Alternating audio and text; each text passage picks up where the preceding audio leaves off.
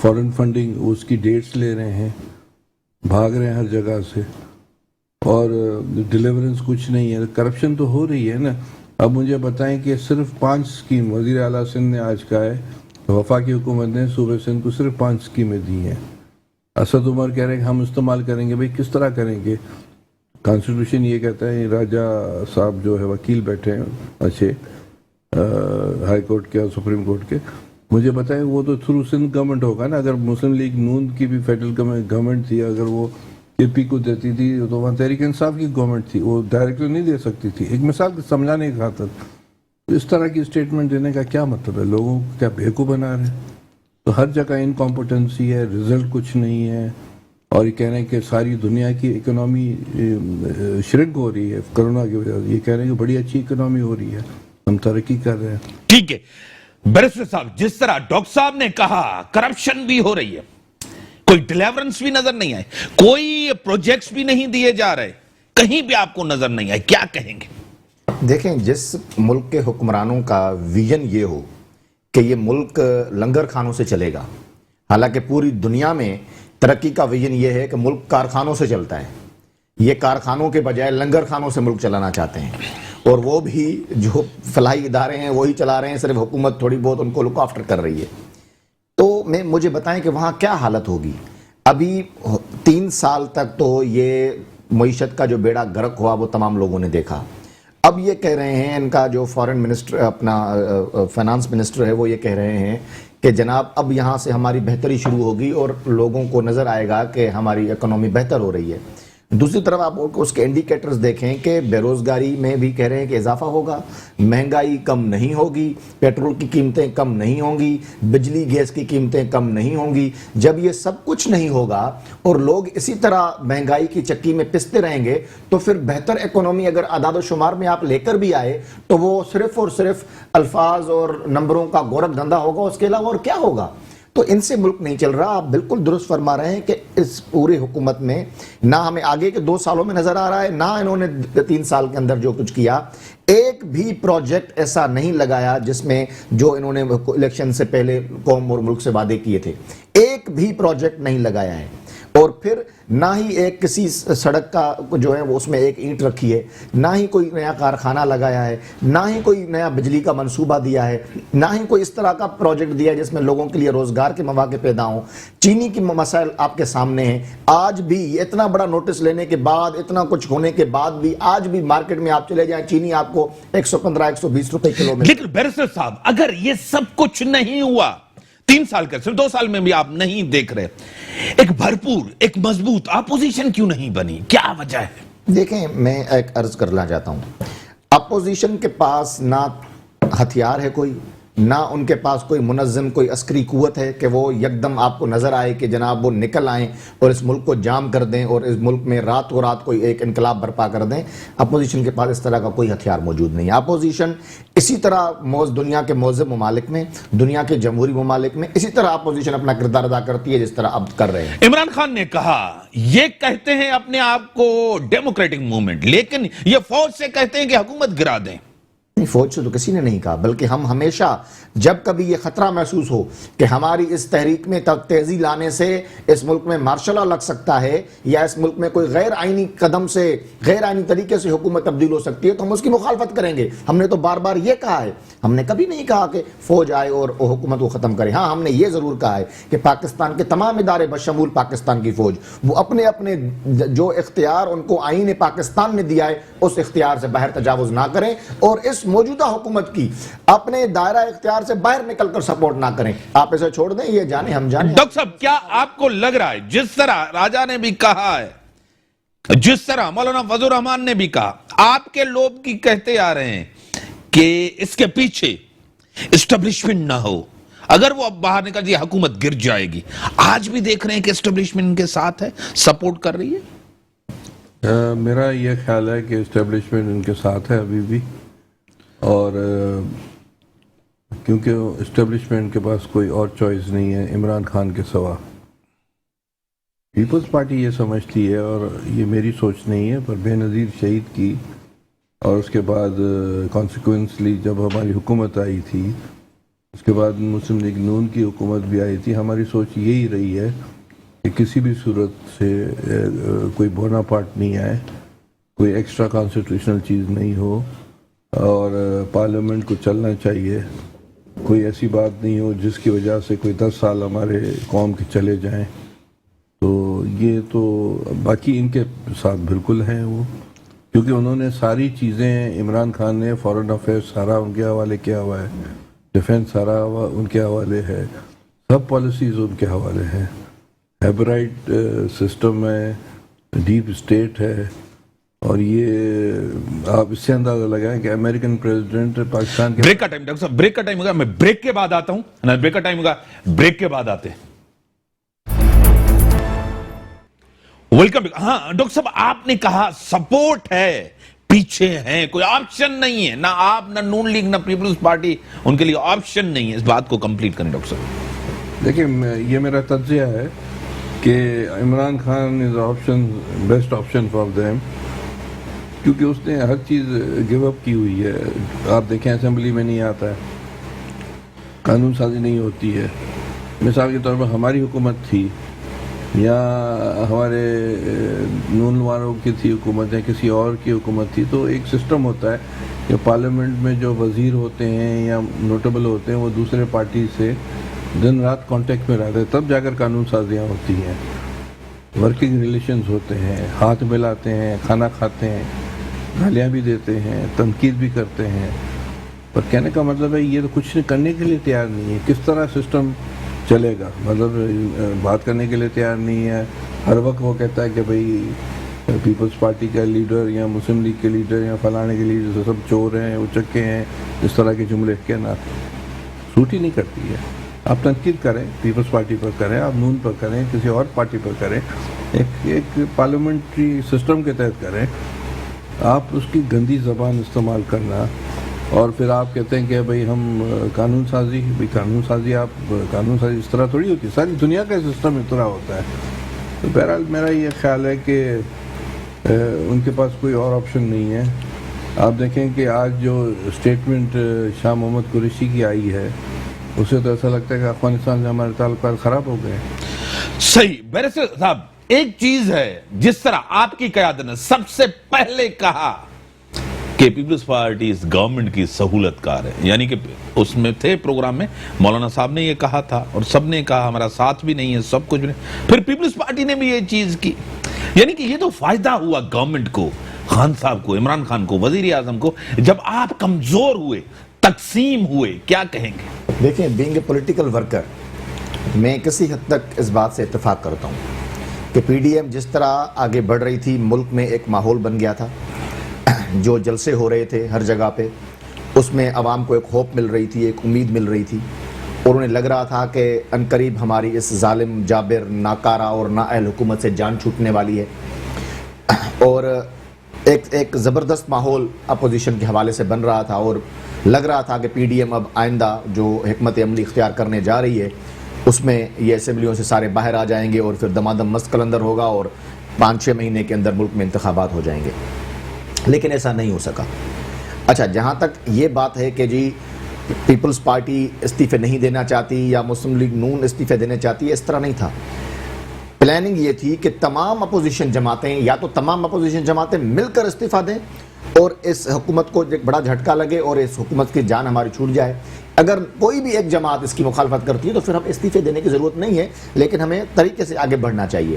اس میں کچھ غلط فہمیاں پیدا ہوئیں, کچھ طریقے سے ایک دوسرے کے خلاف کچھ بیانات آئے جو نہیں آنے چاہیے تھے, پولیٹیکلی ماحول کے لیے وہ بہتر نہیں تھے. لیکن میں سمجھتا ہوں کہ پھر بھی کوئی اتنا بڑا سیاسی نقصان نہیں ہوا, ہم اس کو اوورکم کر سکتے ہیں. اور وقت آنے پر انشاءاللہ آپ دیکھیں گے کہ ملک کی تمام اپوزیشن جماعتیں اس ایک 1 پوائنٹ ایجنڈا پر ضرور اکٹھی ہوں گی کہ اس ظالم حکمرانوں سے عوام کی جان بھی چھڑانی ہے, اور پھر انتخابات. نون لیگ میں بیانیہ کس کا چل رہا ہے, شہباز شریف یا مریم نواز؟ دیکھیں, دو مختلف چیزیں آ رہی ہیں. ایک طرف تو ٹکراؤ ہے, سامنے ٹکرا, دوسری طرف مفاہمت ہے. شہباز شریف, میں سمجھتا ہوں کہ اب یہ ایک تو پہلی دفعہ یہ موضوع ہی پرانا ہو گیا اور کلیئر ہو گیا کہ مسلم لیگ نون میاں محمد نواز شریف کی جماعت ہے. باقی تمام افراد اس کے اندر اپنے اپنے بلحاظ عہدہ بالکل ہے، لیکن تمام لوگ جو مسلم لیگ نون کا حصہ ہیں وہ میاں نواز شریف کے سپاہی ہیں۔ نواز شریف صاحب کا بیانیہ کو کون لے کے چل رہا ہے، مریم نواز یا شہباز شریف؟ دونوں فرق ہے سر جی، بہت فرق ہے، لے کے چل رہے ہیں، لیکن اس میں دیکھیں فرق جو میں آپ کو بتا رہا ہوں، فرق یہ ہے کہ میاں نواز شریف نے ایک بیانیہ دیا اور پوری جماعت اس بیانیے کے اوپر یکجا ہو کر چل رہی ہے، لیکن ایشو یہ ہے کہ میاں شہباز شریف نے جو بیچ میں ایک انٹرویو دیا اس میں انہوں نے یہ کہا کہ یہ میری ذاتی رائے ہے کہ ہم لڑائی کے بجائے ہم ایک بہتر راستہ نکالیں تاکہ ملک آگے بڑھ سکے، ورنہ ہم ہر وقت لڑتے رہیں گے، اس سے ملک کا نقصان ہوگا۔ تو انہوں نے کہا یہی بات مریم نواز نے کیوں نہیں کہی؟ عرض کروں، انہوں نے کہا کہ یہ جو میری رائے ہے میں میاں نواز شریف کو کوشش کروں گا کہ اس پہ قائل کر سکوں، لیکن فیصلہ وہی ہوگا، بیانیہ اسی کا چلے گا جو میاں محمد نواز شریف چاہیں گے۔ تو میں سمجھتا ہوں کہ اس کو اختلاف کا شکل نہیں دینی چاہیے۔ اس مختلف سیاسی جماعتوں کے اندر، جمہوری جماعتوں کے اندر مختلف خیالات رکھنے والے لوگ ہوتے ہیں جو میٹنگز میں یا اجلاسوں میں یا میڈیا پہ بیٹھ کے اپنی ذاتی رائے کا اظہار کر سکتے ہیں۔ سر یہ اہم پریزیڈنٹ ہیں، کوئی عام ہے نہیں، اس کی رائے میں ایک عام آدمی کی رائے میں فرق ہے۔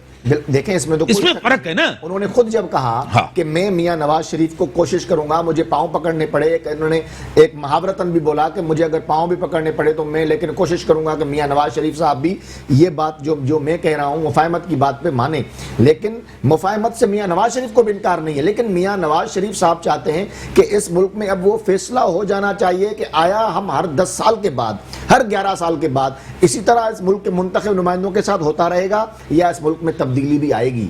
تو ہم تو صرف چاہتے ہیں کہ یہ اس ملک کے وہ مقتدر ادارے گارنٹی دیں، آئیں ایک ڈاکیومنٹ سائن کرتے ہیں، آئیں اس پہ تمام سٹیک ہولڈرز بیٹھیں اور طے کریں کہ یہ ملک آئین کے مطابق چلے گا یا لوگوں کی مرضی اور منشا کے مطابق چلے گا۔ ڈاکٹر صاحب بلاول صاحب نے کہا اگر اپوزیشن میں اتنی طاقت نہیں ہے حکومت کو گھر بھیجنے کی تو الیکشن کا انتظار کرے، یہ کیسی بات انہوں نے کہہ دی؟ مطلب پی ڈی ایم میں طاقت نہیں ہے، آپ لوگوں میں طاقت نہیں ہے۔ دیکھیں بات سنیں، کانسٹیٹیوشنل وے کے تحت گورنمنٹ جاتی ہے تو بھلے جائے۔ کانسٹیٹیوشنل وے کیا ہے؟ عدم اعتماد۔ کانسٹیٹیوشنل وے کیا ہے کہ لو کانفیڈنس۔ دو ہی طریقے ہیں نا۔ اگر آپ اس طرح کریں گے، یا ہم اس چیز کو بھی نہیں مانتے تھے جب مسلم لیگ نون کے خلاف 2014 میں دھرنے ہوئے، ہم نے کہا کہ اس طرح نہیں ہونا چاہیے کہ کل مرگلہ کی پہاڑی پہ 10 لاکھ لوگ آ جائیں تو گورنمنٹ گر جائے، یہ تو نہیں ہونا چاہیے۔ کانسٹیٹیوشنل وے میں یہی طریقے ہوتے ہیں۔ بلاول صاحب کا کہنے کا مطلب ہے کہ لو کانفیڈنس میں اگر ہم نہیں گرا سکتے ہیں، یا جو ہے دوسرا طریقہ ہے اگر اس میں اگر وہ نہیں ہو سکتا ہے تو پھر تو ٹینیور پورا ہونا چاہیے۔ باقی ہم تو یہ نہیں کہہ رہے ہیں، نہیں کوئی اور پارٹی کہہ رہی کہ بھئی بلاول صاحب کہتے تھے آج گئی، 1 مہینے میں گئی، فروری میں گئی، جنوری میں گئی، دمادم مست کلندر ہوگا، وہ سب چپ ہو گیا۔ جو پالیسی ہے وہ چل رہی ہے زرداری صاحب کی، صرف پریس کانفرنسز اور جلسوں کے لیے آپ نے بلاول صاحب کو رکھا ہوا ہے۔ نہیں، دونوں کی ایک ہی پالیسی ہے۔ سر فرق ہے بلاول صاحب ینگ ہے اور کرونا کا وقت ہے، زرداری صاحب کی صحت میں مزہ نہیں رہتا ہے، اس لیے ان کی موومنٹ نہیں ہے، باقی کوئی ایسا تصاد نہیں ہے۔ ڈیسیجن تو ان کے ہاتھ میں نا، بات تو وہ کرتے ہیں۔ نہیں، دونوں کی ایک ہی بات ہے، کوئی اس میں کوئی تصاد وساد نہیں ہے آپس میں۔ جہاں سے سب سے بڑی بات یہ ہوئی کہ میاں صاحب واپس آئیں، پھر ہم جیلوں میں جائیں، پھر تحریک چلائیں، وہ تو زرداری صاحب نے کہا تھا۔ پوائنٹ آف ویو ہے ہر ایک کا اپنا، آپ کسی کو روک تو نہیں سکتے۔ بھائی دیکھیں نا، یہ زرداری صاحب کا جس طرح وہاں مریم نواز اور شہباز شریف کی پالیٹکس ہے، ادھر بلاول صاحب اور زرداری صاحب کی پالیٹکس، دونوں پارٹیاں تو اسی طرح۔ میں ان پر تبصرہ نہیں کرتا ہوں، وہی کر سکتے ہیں، ان کی پارٹی کر سکتی ہے۔ دیکھیں جتنا تجربہ، جتنا نقصانات، جتنی ایکسپیرینس پاکستان پیپلز پارٹی کو ہے آمریت کے خلاف یا تحریکیں چلانے میں یا جیلوں میں جانے میں یا مار کھانے میں یا شہادت میں یا ایگزائل میں، وہ دوسری پارٹیز کو نہیں ہے، یہ ایک تلخ بات ہے۔ تو زرداری صاحب نے اس کیپیسٹی میں کی ہے، اور پاکستان میں اس وقت یا تو پیپلز پارٹی ہے جو کہ اس ایکسپیرینس رکھتی ہے، یا پھر اے این پی ہے۔ دوسری بلوچ پارٹیز آپس میں ٹوٹ گئی ہیں، تو اس میں ان پر میں زیادہ تبصرہ نہیں کروں گا، وہ بھی جیلوں میں گئے ہیں، باقی مسلم لیگ نون کا ووٹ بینک ضرور ہے، پر جو اسٹرگل کا جو پیمانہ ہے، اسٹرگل جو یہ نہیں ہوتی کہ جلسہ جلوسوں میں حکومت چلتی ہے، یہ جیل برو تحریکیں چلتی ہیں، اس میں ڈاکٹر صاحب بریک کا ٹائم ہو گیا. کیا آج پیپلز پارٹی یا نون لیگ نیچے ورکرز میں اتنی مضبوط ہے کہ ورکرز باہر نکل کے روڈ پہ بھی آئیں اور جیلوں میں بھی جائیں؟ یہ سب سے بڑا کوسچن مارک آج کے دور میں. پہلے کی میں بات نہیں کر رہا، پہلے پارٹی بھی ہو اور ورکر بھی ہو. آج ورکر کو پتا ہے کہ یہ پارٹیاں کرپٹ ہو گئی ہیں، یہ چوری ہوتی ہے، ان میں ٹرانسفر پوسٹنگ بکتی ہے، تو ورکر کیوں جیل میں جائے گا؟ آج ورکر رہا ہے یا تو سب لیڈر ہیں، ان کے پاس بھی. آپ کے پاس بریک کے بعد نا، بریک کا ٹائم ہوگا، بریک کے بعد. ویلکم. ڈاکٹر صاحب وہ چیز رہی نہیں، پبلک امیج بھی نہیں رہا، پبلک کے اندر بھی یہی ہے، ورکر بھی نہیں رہا، تو کس طرح تحریک چلے گی؟ مشکل ہے تحریک، نظریاتی نہیں رہے تحریک تو دور کی بات ہے. ڈاکٹر صاحب دیکھیں بات سنیں، نظریات اپنی جگہ پر ہیں ساری، یورپ، امریکہ، لیٹن امریکہ، وہاں جو پولیٹکس چل رہی ہے، right wing, left wing, centre to the left, centre to the right. باقی سوویت یونین کے ٹوٹنے کے بعد وہ چیزوں میں شفٹ ضرور آئی ہے، اور اس کا اثرات آپ ہندوستان میں بھی دیکھ سکتے ہیں اور پاکستان میں بھی دیکھ سکتے ہیں. پر اس کا مطلب ہے کیا گیو اپ کریں کیا؟ ضرور ہم جیسے لوگ دوسری پارٹیز میں بھی بیٹھے ہیں. سر گیو اپ تو کر دیا ہے نا، کس نے گیو اپ کیا ہے؟ سب نے گیو اپ کیا ہوا، اور کیا ہے؟ حکومت کو چلنے دیں. آپ کہیں گے جعلی حکومت ہے، جعلی مینڈیٹ ہے، جس طرح اسٹیبلشمنٹ چاہتی ہے آپ سے منا لیتی ہے، ان سے منا لیتی ہے، جس طرح بازو مروڑ لیتی ہے. آپ کو کیا ہے؟ دیکھیں بات سنیں، یہ جو آج کل جو جمہوریت چل رہی ہے، یہ جمہوریت کا سفر بہت لمبا ہے، اور پاکستان بننے کے بعد جن لوگوں نے اس سفر میں مارے گئے، جیلوں میں گئے، اسٹرگل کی، اس کے بعد یہ لمبا سفر چلتا رہا. اسی سفر کی وجہ سے آج جمہوریت جو بھی ہے، کمزور ہے یا طاقتور ہے. اس جمہوریت میں بہت لوگوں کا خون، پسینہ، محنت، جیل، مارے، ایگزائل، یہ سب شامل ہے. تو جب کتابیں لوگوں نے لکھی جس کی پاداش میں جیل میں گئے، کہنے کا مطلب ہے کہ یہ اسٹرگل ہے. At the end of the day جو اسٹرگل ہے وہ یہ ہے کہ sovereignty of the people, parliament مضبوط ہو، صوبوں کو طاقت ملے، پاکستان کا عوام خوشحال ہو. اور یہ اسٹرگل چلتی رہے گی، ہم زندہ رہیں نہیں رہیں، اسٹرگل ہے. مخالفت ہے، جن لوگوں نے، جن چوکیداروں نے قبضہ کیا ہے ان کا رائٹ نہیں ہے. رائٹ پارلیمنٹ کا ہے اور عوام کا ہے. تو یہ اسٹرگل چل رہی ہے، کبھی کم ہوتی ہے، کبھی بڑھ جاتی ہے، کبھی ٹھنڈا پڑ جاتا ہے، کبھی بڑھ جاتا ہے، پر اسٹرگل ہے. At the end of the day تو یہی خواب ہے نا. ٹھیک ہے. اور برسر صاحب، پیپلز پارٹی کی حکومت آئی، آپ کی حکومت آئی، پارلیمنٹ مضبوط نہیں ہوئی، جمہوریت مضبوط نہیں ہوئی. آج بھی یہی ہو رہا ہے، جو کچھ ہو رہا ہے ملک کے اندر. عمران خان کتنے طاقتور ہیں، حکومت تو ہے اس کے پاس، اقتدار نہیں ہے. آپ کے پاس بھی حکومت تھی، اقتدار نہیں تھا. ان کے پاس بھی حکومت تھی، اقتدار نہیں تھا. جب تک اسٹیبلشمنٹ باہر نہیں جاتی آپ کو اقتدار ملے گا ہی نہیں. کیا کہیں گے؟ آپ نے سوال بھی کیا اور اس میں جواب بھی دے دیا. ایشو یہ ہے کہ پارلیمانی نظام کے اندر پارلیمنٹ اس وقت تک مضبوط نہیں ہو سکتی جب تک جس ڈاکیومنٹ کے اوپر یہ پورا پارلیمانی نظام کھڑا ہے، جو ایک ڈاکیومنٹ اس کا بیس ہے، اس پر عمل درآمد نہیں ہوتا. وہ ہے اس ملک کا مقدس آئین، کانسٹیٹیوشن آف پاکستان 1973. اس آئین پر جب تک عمل درآمد نہیں ہوگا، نہ صرف پارلیمنٹ، اس ملک کا کوئی بھی ادارہ مضبوط نہیں ہو سکتا. کیونکہ تمام اداروں کی مضبوطی کی گارنٹی جو ہے وہ اس ملک کے آئین کے اندر ہے. اس لیے اس ملک کے آئین پر جب تک عمل درآمد نہیں ہوگا، نہ پارلیمان مضبوط ہوگا، نہ اس ملک کا کوئی اور ادارہ مضبوط ہوگا. آج مجھے بتائیں کیا سبب ہے کہ محترمہ مریم نواز صاحبہ، آپ نے کہا نا کہ جی یہ تحریکیں وہ زور نہیں پکڑ رہی، صرف وہ لاہور میں اپنی پیشی پہ جاتی ہیں تو ان کی گاڑی پر پتھراؤ کرنا پڑتا ہے، ان کو ہٹ کرنے کے لیے ان کو فونیں کی جاتی ہیں کہ ہم آپ کو سمیش کر دیں گے. یہ کیا بتا رہا ہے؟ یہی بات انڈیکیٹ کر رہا ہے کہ مریم نواز اس ملک کی تمام مظلوم قوتوں کی آواز بن چکی ہے. وہ آپ نے دیکھا کہ بلوچستان کے طالب علم ہو وہ ان کے ساتھ سڑک پہ بیٹھ جاتی ہیں, وہ سندھ کا کوئی مظلوم عوام کا کوئی مسئلہ ہو وہ اس پہ آواز بلند کرتی ہیں, وہ KPK کے مظلوم جو عوام ہیں ان کی کوئی مسائل ہو وہ اس پہ آواز بلند کرتی ہیں, وہ پنجاب کے کسانوں کے ساتھ مسائل ہو یا مزدور کے ساتھ مسئلہ ہو وہ اس کے اوپر اپنا آواز. تو وہ مظلوموں کی آواز بن چکی ہے. آپ اس مظلوموں کی آواز کو دبانے کی کوشش کریں گے اور آپ کہیں گے کہ نہیں ہم, اور ساری توجہ حکومت کی صرف اور صرف اس پہ لگی ہوئی ہے کہ کسی طرح ہم یہ آوازیں ختم کریں. تو اگر آپ آوازوں کو قید کریں گے, اگر آپ جذبوں کو قید کریں گے تو پھر آپ یہ جان لیں کہ آپ نے اپنے ذہن میں شکست تسلیم کر لی ہے. حکومت کے اوپر پریشر کیا ہے آپ لوگوں کا؟ کوئی پریشر نہیں. جس طرح شیخ رشید احمد نے کہا کہ عمران خان مقدر کے سکندر ہیں, ان کو نااہل اپوزیشن ملی. میں نے اس کو ایڈ کیا, میں نے کہا آپ کہہ رہے ہیں نااہل اپوزیشن ملی لیکن اس عوام کو نااہل حکومت ملی. عوام کو تو نااہل حکومت ملی, لیکن اگر ہم اثر انداز نہیں ہوتے اور اگر ہم اپنا کام ٹھیک انداز میں نہیں کر رہے ہوتے تو پھر حکومت کے اعصاب پہ ہم سوار نہ ہوتے. آپ مجھے بتائیں کون سی ایسی پریس کانفرنس ہے عمران خان صاحب کی بینگ اے پرائم منسٹر جس میں میاں نواز شریف کا نام نہ ہو, جس میں زرداری صاحب کا نام نہ ہو؟ کون سا ایسا وزیر ہے جو اپنے جلسوں میں تقریر کرے یا پریس کانفرنسز کرے اس میں اپوزیشن جماعتوں کے لیڈروں کے نام نہ لیتے ہوں؟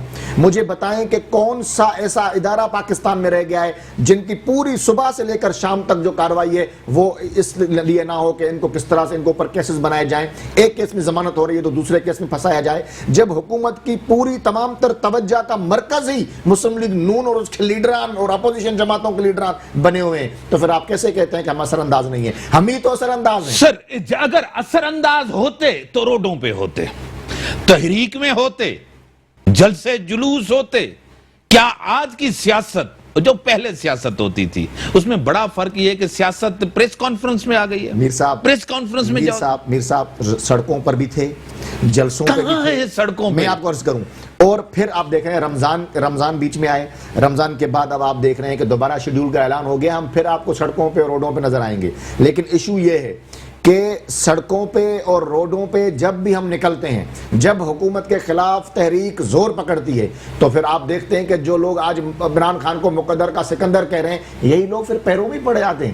ٹھیک ہے, لوگ پھر کہتے ہیں کہ اب ہمیں معاف کریں, یہی لوگ پھر باتیں کرنے کا بہانہ بناتے ہیں. تو پھر ان کو یہ میں ضرور بتانا چاہتا ہوں کہ اب باتوں کا دور ختم ہو گیا, اب عوام فیصلہ کن مرحلے میں داخل ہونے والے ہیں اور انشاءاللہ آپ دیکھیں گے کہ تبدیلی. ڈاکٹر صاحب جدوجہد, اسٹرگل, قربانیاں یہ راستوں میں ہوتی ہیں, سب کچھ ہوتی ہے, پریشر گورنمنٹ کے اوپر دیا جاتا ہے, یہ سب کچھ ہوتا ہے. عوام کے لیے بات یہ 3 سال کا عرصہ گزر چکا, اب تو کوئی جسٹیفیکیشن بھی نہیں ہے کہ آپ چور وہ چور, ملک بہتر کیوں نہیں. آپ کے سامنے ساری سیاست ہماری پریس کانفرنسز پہ آ گئی ہے, جس طرح بیرسٹر صاحب نے کہا اس میں ہم جواب دے رہے ہیں. ڈائنامک چینج ہو گئے ہیں, press conference, social media, print اور الیکٹرانکس میڈیا.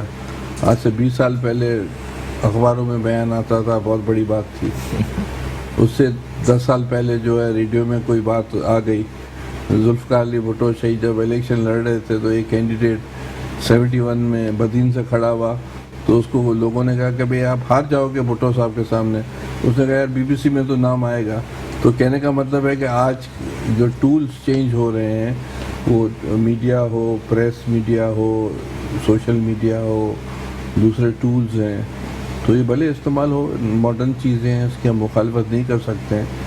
آپ جس اسٹرگل کی بات کر رہے ہیں, جو چینجز آئے گی وہ ہم سمجھتے ہیں کہ وہ چینجز پریس کانفرنس اور اس ٹول میڈیا سے نہیں آئے گی. صحیح, وہ جو آئے گی وہ جدوجہد سے. بڑی مہربانی ڈاکٹر صاحب, بڑی مہربانی آپ کی ڈاکٹر صاحب, بیرسٹر صاحب, آپ کی بڑائی. ملک کے اندر جس طرح کرپشن اور مافیا آزاد ہیں, خان صاحب نے خود یہ چیز مانی تھی کہ ہاں کرپٹ لوگ بھی ہیں, مافیا بھی ہیں. اگر کہہ رہے ہیں معیشت بہتر ہو رہی تو IMF کی طرف, عرب ممالک کی طرف کیوں جا رہا ہے؟ اور تاثر یہی اپوزیشن دیتے, نااہل ہیں. ملک کے اندر یہ تاثر گیا کہ ان کی گورنمنٹ یہ نااہل ہیں, اور آج جس طرح ان کے منسٹرز بھی کہہ رہے ہیں کہ اپوزیشن بھی نااہل ہے. اسی کے ساتھ دیجیے اجازت, اللہ حافظ.